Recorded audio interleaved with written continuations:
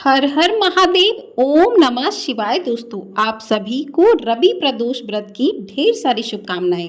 आप सभी पर भगवान भोलेनाथ और मां पार्वती की कृपा सदैव ही बनी रहे। आज की वीडियो में आप सुनेंगे रवि प्रदोष व्रत की संपूर्ण कथा। प्रदोष व्रत प्रत्येक महीने में 2 रखे जाते हैं, पहला कृष्ण पक्ष में और दूसरा शुक्ल पक्ष में। तो हर महीने के त्रयोदशी तिथि पर प्रदोष व्रत किया जाता है और यह भगवान शिव और मां पार्वती को समर्पित होता है।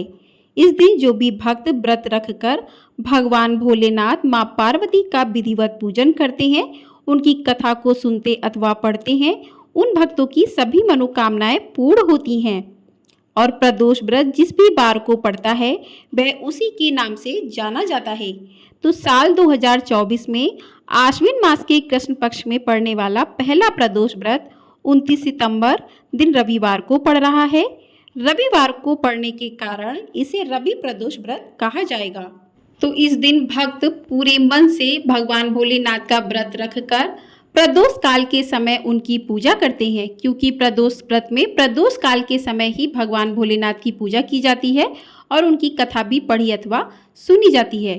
तो आइए सुनते हैं प्रदोष व्रत की संपूर्ण कथा। उससे पहले भगवान भोलेनाथ का ध्यान करते हैं, फिर कथा को शुरू करते हैं। ओम नमः शिवाय। हर हर महादेव। एक समय सर्व प्राणियों के हितार्थ परम पावन भागीरथी के तट पर ऋषि समाज द्वारा विशाल गोष्ठी का आयोजन किया गया। विद्वान ऋषियों की एकत्रित सभा में व्यास जी के परम शिष्य पुराणवेत्ता सूत जी महाराज हरि कीर्तन करते हुए पधारे। सूत जी को देखते ही शौनकादि 88,000 ऋषि मुनियों ने खड़े होकर दंडवत प्रणाम किया।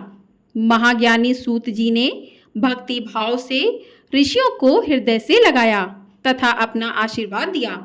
विद्वान ऋषिगण और सभी शिष्य आसनों पर विराजमान हो गए।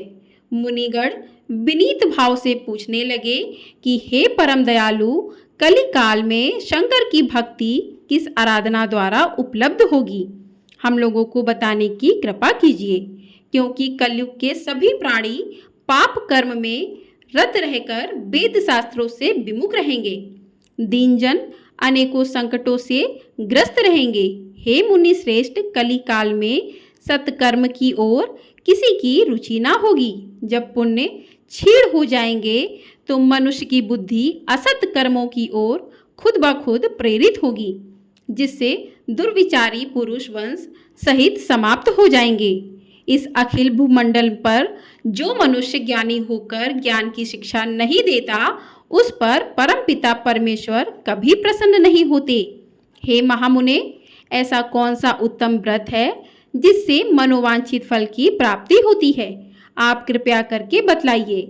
ऐसा सुनकर दयालु हृदय श्री सूत जी कहने लगे कि हे श्रेष्ठ मुनियों तथा शौनक जी, आप धन्यवाद के पात्र हैं।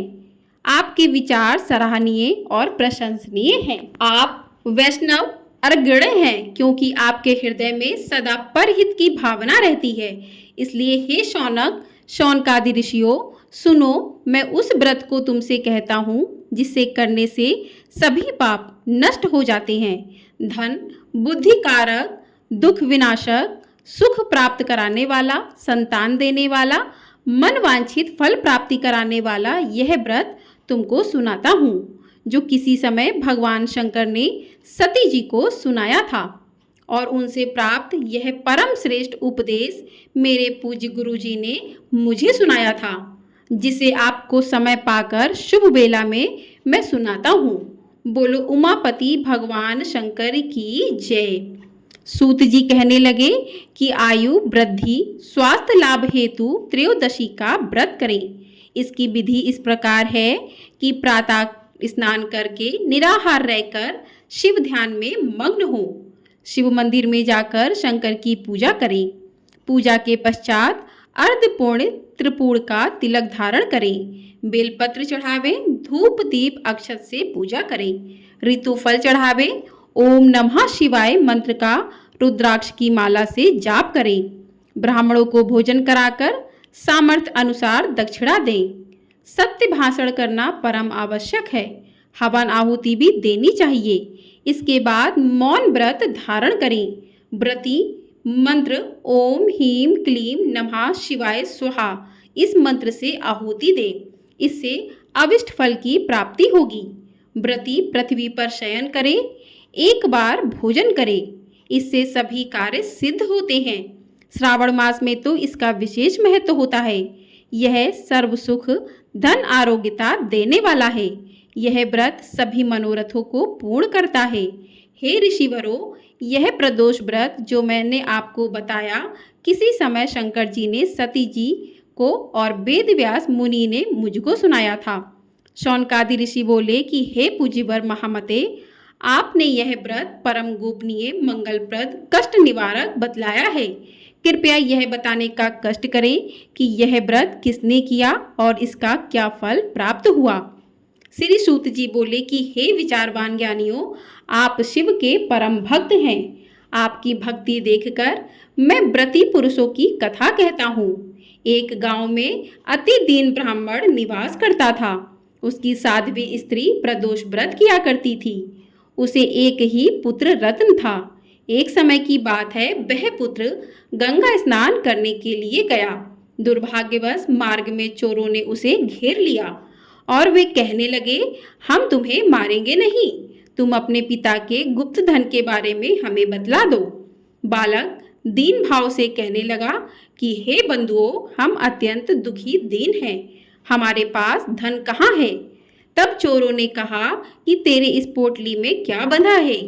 बालक ने निसंकोच होकर कहा कि मेरी माँ ने मेरे लिए रोटियां दी हैं। यह सुनकर चोरों ने अपने साथियों से कहा कि साथियों, यह बहुत ही दीन दुखी मनुष्य है, अतः हम किसी और को लूटेंगे। इतना कहकर चोरों ने उस बालक को जाने दिया। बालक वहां से चलते हुए एक नगर में पहुंचा। नगर के पास एक बरगद का पेड़ था। वह बालक उसी बरगद के वृक्ष की छाया में सो गया। उसी समय उस नगर के सिपाही चोरों को खोजते हुए उस बरगद के वृक्ष के पास पहुंचे और बालक को चोर समझकर बंदी बना लिया और राजा के पास ले गए। राजा ने उसे कारावास में बंद करने का आदेश दिया। उधर बालक की माँ भगवान शंकर जी का प्रदोष व्रत कर रही थी। उसी रात राजा को स्वप्न आया कि यह बालक चोर नहीं है, प्रातःकाल ही इसे छोड़ दो, नहीं तो आपका राज्य वैभव सभी नष्ट हो जाएगा। रात्रि समाप्त होने पर राजा ने उस बालक से सारा वृत्तांत पूछा। बालक ने सारा वृत्तांत राजा को सुना दिया। बालक की बात सुनकर राजा ने सिपाही भेजकर बालक के माता पिता को पकड़वाकर बुला लिया। राजा ने जब उन्हें भयभीत देखा तो कहा कि तुम भयभीत मत हो, तुम्हारा बालक निर्दोष है। हम तुम्हारी दरिद्रता देखकर 5 गांव तुमको दान में देते हैं। शिव की दया से ब्राह्मण परिवार अब आनंद में रहने लगे। इस प्रकार जो भी भक्त इस व्रत को करते हैं उन्हें आनंद की प्राप्ति होती है और भक्तों की सभी मनोकामनाएं भगवान भोलेनाथ दूर करते हैं। अर्थात जो भी मनुष्य रवि प्रदोष व्रत को करता है वह सुखपूर्वक और निरोगी होकर अपना पूर्ण जीवन व्यतीत करता है और उसके जीवन में हमेशा ही खुशहाली आती है। बोलिए भगवान भोलेनाथ की जय। बोलिए माँ पार्वती की जय। तो इस प्रकार से रवि प्रदोष व्रत की कथा पूर्ण होती है। अब करते हैं भगवान भोलेनाथ की आरती। ओम जय शिव ओमकारा, प्रभु हर शिव ओमकारा, ब्रह्मा विष्णु सदा शिव अर्धांगी धारा। ओम जय शिव ओमकारा, एकानन चतुरानन पंचानन राजे, हंसानन गरुड़ासन वृषवाहन साजे। ओम जय शिव ओमकारा, 2 भुज 4 चतुर्भुज 10 भुज अति सोहे, त्रिगुण रूप निरुखता त्रिभुवन जन मोहे। ओम जय शिव ओमकारा, अक्षमाला वनमाला रुडमाला धारी, चंदन मृग मद सोहे भाले शशिधारी। ओम जय शिव ओमकारा, श्वेतांबर पीतांबर बागंबर अंगे सनकादिक गरुड़ादिक भूतादिक संगे। ओम जय शिव ओमकारा करके मध्य कमंडलु चक्र त्रिशूल धरता जग करता जग भरता जग संहार करता। ओम जय शिव ओमकारा ब्रह्मा विष्णु सदा शिव जानत अभिवेका प्रणवाक्षर के मध्य ये तीनों एका। ओम जय शिव ओमकारा काशी में विश्वनाथ विराजति नंदी ब्रह्मचारी नितुट भोग लगावत महिमा अति भारी। ओम जय शिव ओमकारा त्रिगुण शिव जी की आरती जो कोई नर गावे कहत शिवानंद स्वामी मन वांछित फल पावे। ओम जय शिव ओमकारा। बोलिए भगवान शंकर की जय, बोलिए माँ पार्वती की जय। तो इस प्रकार से रवि प्रदोष व्रत की कथा और भगवान भोलेनाथ की आरती पूर्ण होती है। आप सभी पर भगवान भोलेनाथ अपनी कृपा दृष्टि सदैव ही बनाए रखें। प्रदोष व्रत का इतना महत्व है, कहते हैं कि प्रदोष का व्रत रखकर प्रदोष काल के समय भगवान भोलेनाथ की पूजा करने से भक्तों की बड़ी से बड़ी मनोकामना पूर्ण होती है और भगवान भोलेनाथ अपना आशीर्वाद भक्तों पर बनाए रखते हैं। आपको ये वीडियो पसंद आई है तो वीडियो को लाइक ज़रूर कर दीजिएगा। आपका एक लाइक हमारे लिए बहुत अधिक महत्वपूर्ण होता है। इससे पता चलता है कि आप हमें सुन पा रहे हैं और हमें प्रोत्साहन भी मिलता है। और चैनल को सब्सक्राइब कर दीजिएगा। आपको हमारे चैनल पर अमावस्या की कथा, अमावस्या तिथि कब है, कब से प्रारंभ होगी, कब समाप्त होगी, नवरात्रि व्रत कब से प्रारंभ हो रहे हैं, नवरात्रि के 9 दिनों की कथाएं भी सुनाई जाएंगी।